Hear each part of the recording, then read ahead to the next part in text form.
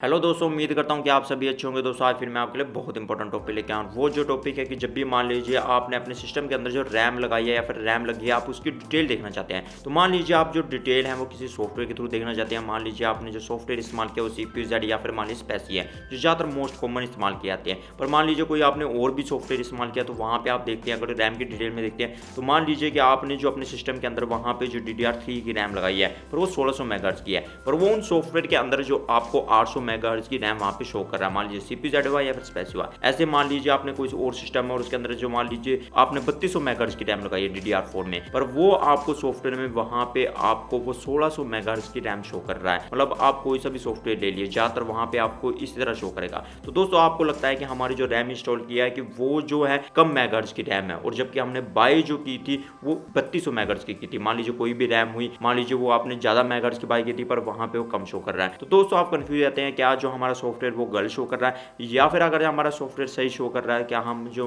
नुकसान तो नहीं उठा लिया हमने। तो दोस्तों वो जो हमें स्पीड बताते हैं एक तरफ की बताते हैं, मतलब हमारा जो क्लॉक रेट कितना है, या हम इसे ऐसे बोल सकते हैं कि इनपुट आउटपुट जो उसकी स्पीड कितनी है, मतलब वो जो इनपुट में और आउटपुट में कितनी दे रहा है। वहां पे आप समझिए कि मान लीजिए कि वो एडिशन नहीं करता, सिर्फ आपको एक तरफ की स्पीड बता रहा है। और जबकि हमारे दोस्तों ट्रांसफर स्पीड होती है वो जो होती है दोनों का मेल होता है, मतलब वो टोटल कितना ट्रांसफर कर सकता है एक साथ में जो डाटा। तो दोस्तों इसी करके जितने भी हमारे जो सॉफ्टवेयर होते हैं वो सिर्फ आपको एक तरफ की ही स्पीड बताते हैं। मतलब आप ये सिंपल भाषा में समझ सकते हैं कि जैसे मान लीजिए DDR हुई, DDR का यहाँ पे सबसे पहले मतलब ये समझना जरूरी है कि DDR का मतलब क्या होता है। DDR का मतलब होता है डबल डाटा रेट। उसके बाद दोस्तों आई DDR2 जिसे हम बोलते हैं डबल डाटा रेट 2। फिर उससे बाद दोस्तों हमारी जो रैम आई DDR3, फिर उसे हम बोलते हैं डबल डाटा रेट 3 रैम। और उससे बाद दोस्तों हमारी जो अगली आई DDR4 जिसे हम बोलते हैं डबल डाटा रेट 4 रैम। तो दोस्तों इसका मतलब यहाँ पे हुआ कि जितने भी आपके सॉफ्टवेयर दिखाते हैं आप उससे सिंपली क्या कीजिए कि मान लीजिए वहां पे 800 मेगाहर्ट्ज़ शो कर रहा है तो उसे मल्टीप्लाई 2 कीजिए, आपकी 1600 मेगाहर्ट्ज़ की और रैम है। तो मतलब मान लीजिए ऐसे कोई सी भी आप जैसे इस टेबल में देख सकते हैं कि यहाँ पे देखिए जैसे हमारा DDR3 की रैम है, और यहाँ पे देखिए कि जितनी भी हमारी DDR3 की रैम है, और वहाँ पे देखिए कि यहाँ पे लिखा हुआ कि जो उसका ट्रांसफर रेट है मतलब 800 मेगाहर्ट्ज़ की और 400 मेगाहर्ट्ज़ की वहाँ पे शो करेगा। ये समझिए अगर मान लीजिए 1333 मेगाहर्ट्ज़ की है तो वो जो सॉफ्टवेयर में 666 मेगाहर्ट्ज़ शो कर सकता है, और 1600 की है तो वो 800 मेगाहर्ट्ज़। ऐसे मान लीजिए आप DDR4 का देखिए यहाँ पे टेबल, और वहाँ पे देखिए यहाँ पे लिखा हुआ है कि जो हमारी स्पीड होती है मतलब डाटा रेट है, मान लीजिए DDR4 में 1600 मेगाहर्ट्ज़ की है, पर वो इनपुट आउटपुट जो उसकी बस क्लॉक है जो मेगाहर्ट्ज़ में वो जो है 800 मेगाहर्ट्ज़ की है।